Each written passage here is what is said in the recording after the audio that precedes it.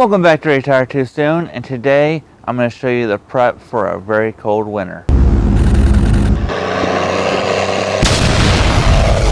Welcome back, boys and girls, and as you've seen from the thumbnail, it has been a very cold winter so far.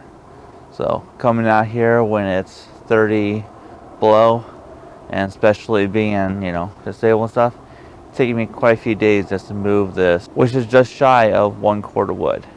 So let me show you what I've done. Alright, this is an 8-foot bed. It's on my Chevy. You can see it snowed a little bit. So it is pretty much like that all the way to the front. Alright, 8-foot bed, loosely thrown in, stacked about maybe a foot higher than the rail.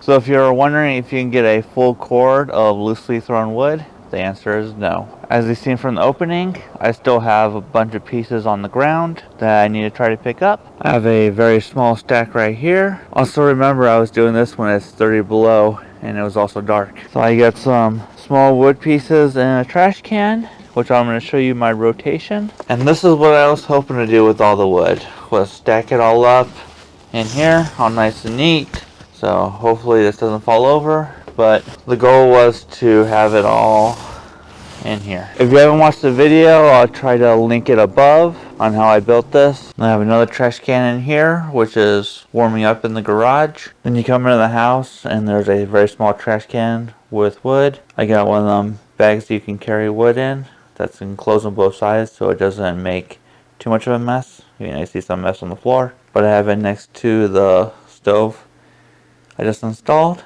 so it can dry out even more. Alright, I also got some compressed logs.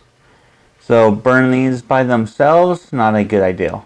But it's a good way to substitute with the wood. You can break them up, they'll burn a little bit easier, or you just throw them in and they get nice and hot and they create some really hot coals to keep the fire burning pretty hot. So the plan is to rotate the wood. So take the wood from the garage, put it in the house, let it dry even more, bring the wood from outside into the garage, let it get, even more dry. So the drier the better, get more BTUs out of it. So I've learned with the stove, smaller pieces are a lot better. You want to get good airflow so it gets it nice and hot. So throwing in a big log, seems to want to put it out, drops the temperature of the stove, which affects the heat in the house. So you want to make sure you keep it nice and warm. Invest in a thermostat so you can see what the temperature of the stove is. Try to keep it around, I think it's around 400 to 600, I believe the range is. Story time.